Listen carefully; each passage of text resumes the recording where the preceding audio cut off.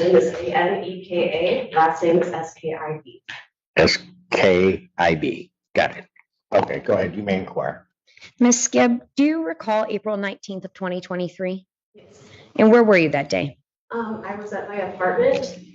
And what is your apartment address? And Your Honor, I would ask the court take judicial notice of it being in Pittsfield Township. Court will take judicial notice of that. That is in Pittsfield. And who were you there with? I was with our son and Mr. Riley. Okay, so when you say our son, who is the R? Mr. Riley and I have a son together. Okay, and what is Mr. Riley's first name? Timothy. Okay, and do you see Timothy Riley in the courtroom today? And can you tell me something he's wearing? He's wearing a dark blue shirt and a vest and tie. And let the record reflect that this witness has identified the defendant as Timothy Riley. Without objection, record so reflect. Go ahead. And at that time, were you still in a relationship with Mr. Riley? We were trying to make a relationship work, at the very least for our son. So. And was he living in your apartment with you at that time? No. And was anyone else in the home besides you or your son or Mr. Riley? And can you tell me what happened that day? So he came over to see his son, and then we kind of got into it, which happens pretty often, but they ended up fighting and yelling, and I didn't want that around our son's name is Graham. So kind of what happens in those situations is that there's this threat to leave as it means to hurt me, and just like emotionally. So we kind of got into an argument about that, and it ended up being physical. So at one point. Okay, I'm going to stop you right there. So what was the argument about? I think the argument was about using leaving as a way of hurting me, but I don't entirely remember. Okay. And where were you when this argument happened? We were in my living room. Okay. And about how far away were you from the defendant? Well, it varied. So I don't really remember. Okay. And had you been drinking that evening? Okay. And how much do you think you've had to drink? I think we had about 4 drinks each. Okay. And do you recall the argument getting physical? Yes. And do you think that the alcohol that you drank that evening impaired your ability to understand the situation at all? Definitely, yes. And also I was on a medication that I think interacted with it that I wasn't aware of. So I think it affected me more than I realized as well. Okay, but did it affect your ability to remember the physical aspect of this situation? Not entirely, but certainly moments of it, yes. Okay. And when the physical nature of the situation started, how did it start? I don't entirely remember. I just, because I think we were both yelling mostly, but there was a point in which I think that Mr. Riley was trying to go towards where my son was sleeping, and I was trying to prevent that. But there were a few different points where it was physical. So okay. And so when you say you were trying to prevent that, how were you trying to prevent that? I was physically trying to stop him and pushing him, so we were both being a little bit aggressive. Okay. And at that time, did he put his hands on you?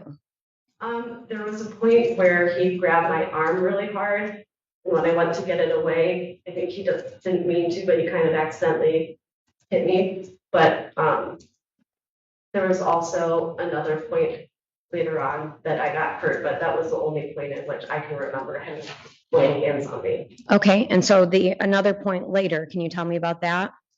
It was when I was trying to push him out of the door. I was kind of panicking, and I know that's not an okay thing to do, but I was pushing him out the door and closed the door, and his fingers were still there, and I thought he was going to pull them away. So he slammed the door back open, and it like split my lip.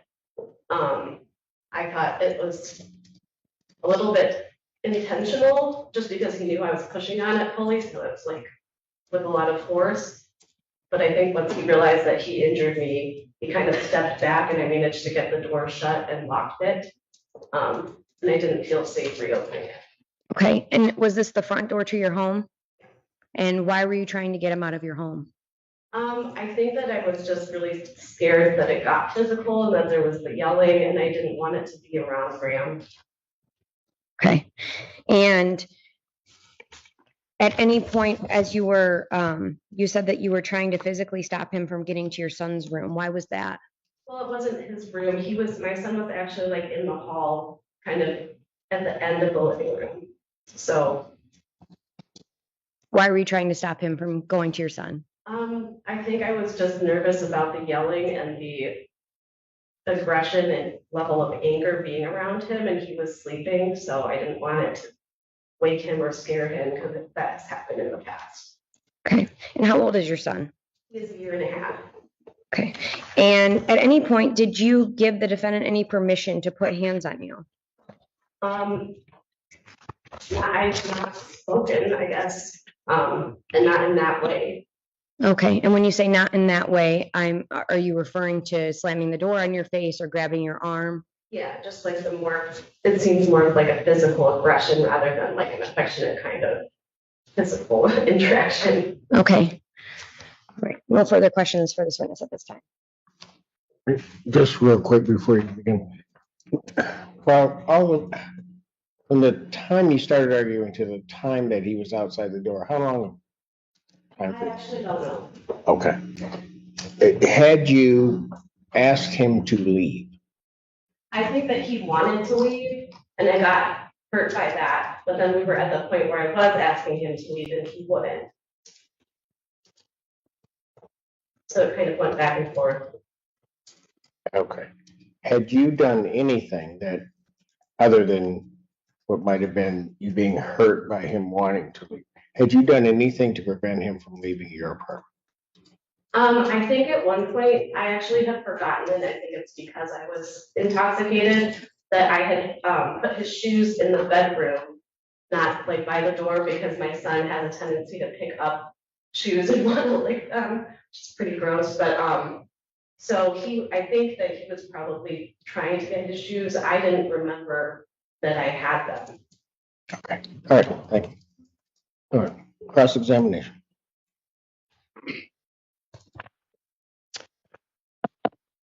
So Mr. Riley was there to visit his child that day, correct? Yes. Before any kind of physical confrontation, Mr. Riley was just trying to get his shoes and leave, right?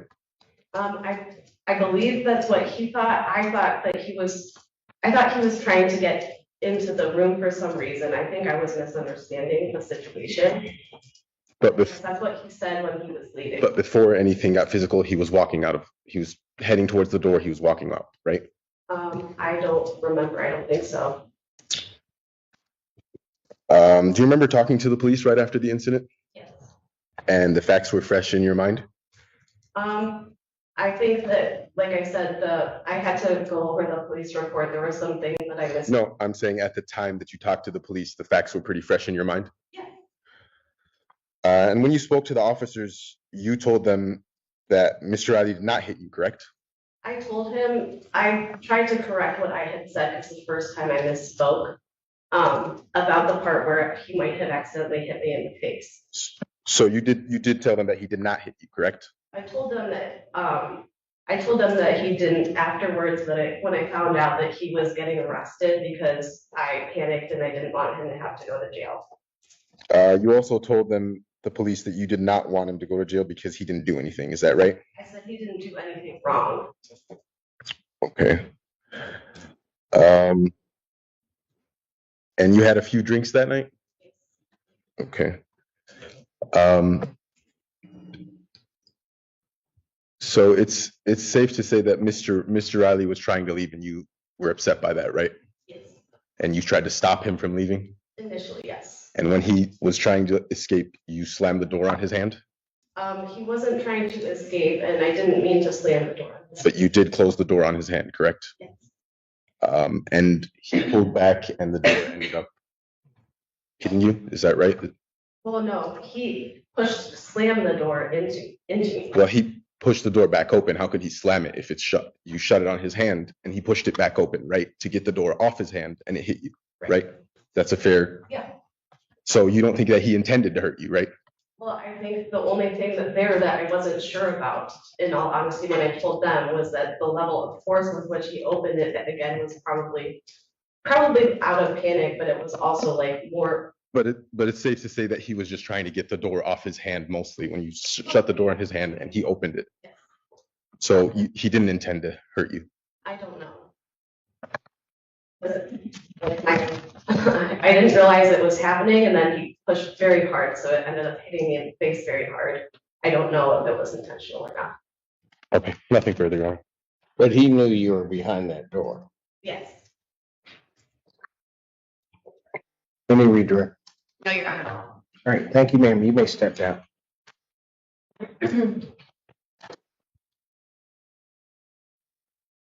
Any additional witnesses for the people?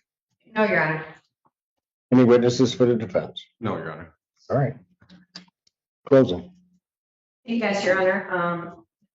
Ms. Skibb just testified that she has a child in common with the defendant and that on April 19th, 2023, it was over her home to see the child. Things got heated in an argument and they turned aggressive in nature.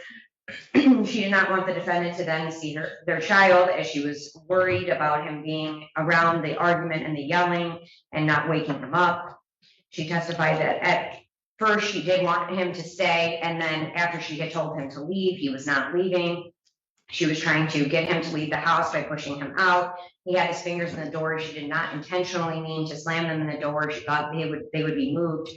When he, as he was trying to get back in, he shoved the door, knowing she was behind the door, and split her lip open and hit her face with the door.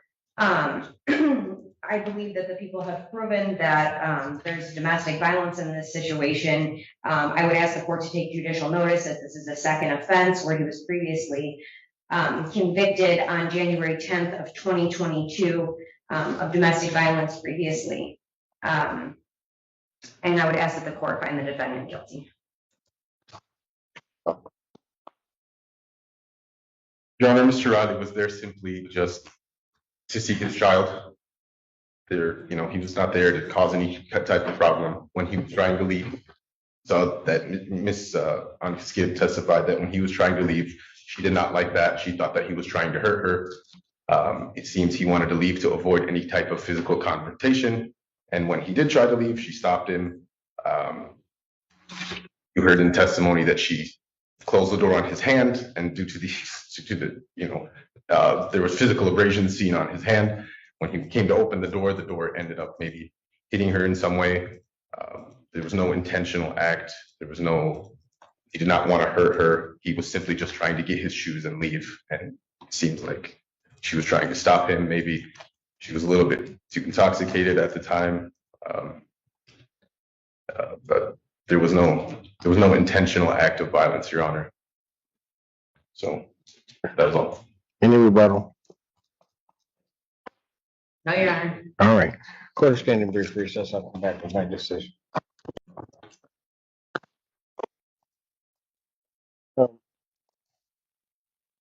Back on the record in the case of the People's State of Michigan versus Timothy Riley. Counsel is present. The court, in hearing the testimony of Ms. Skibb, what is very clear is that the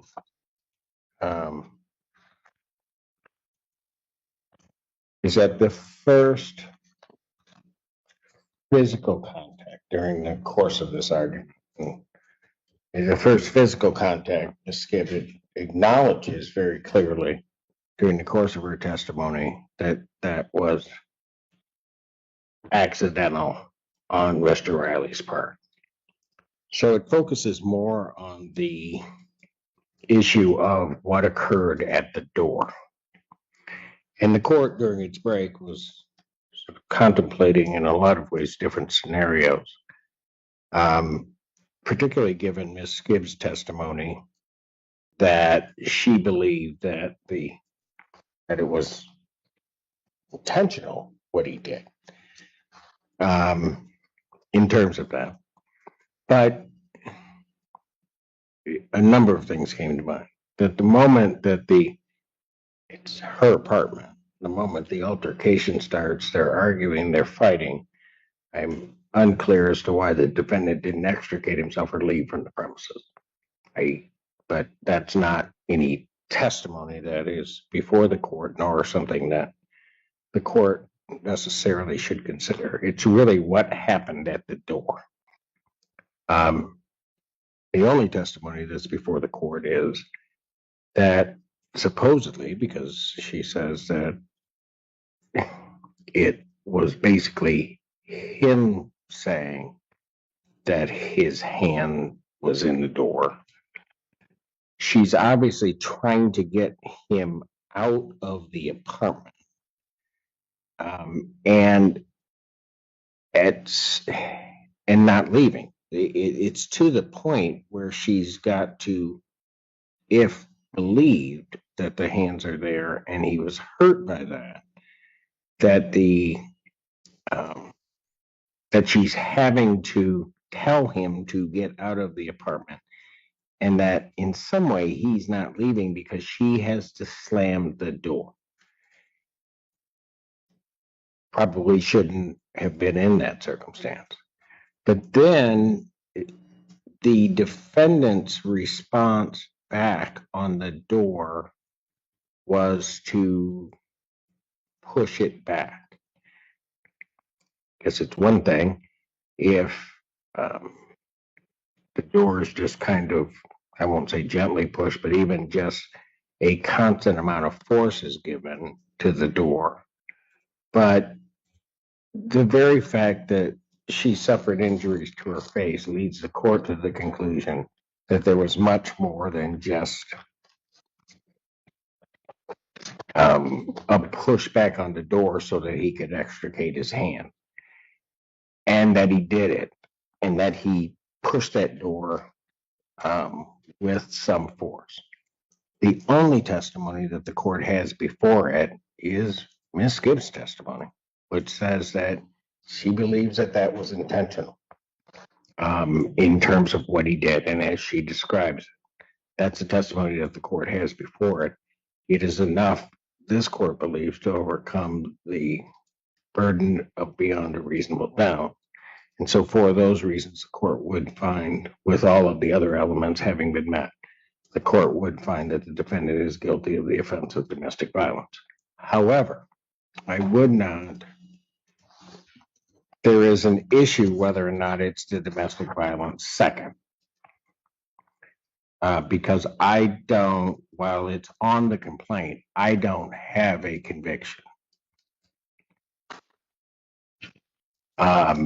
Certainly, I don't have one in this county as we looked at it that way.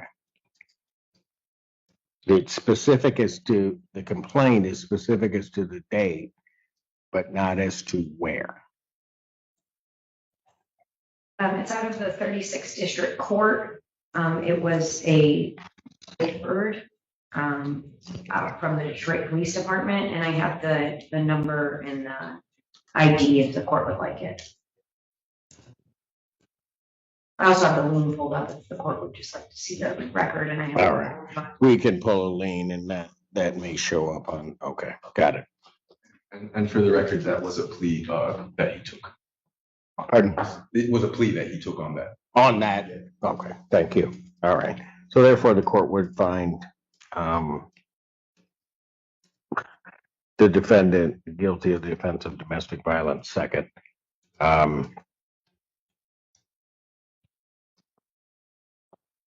With that added information.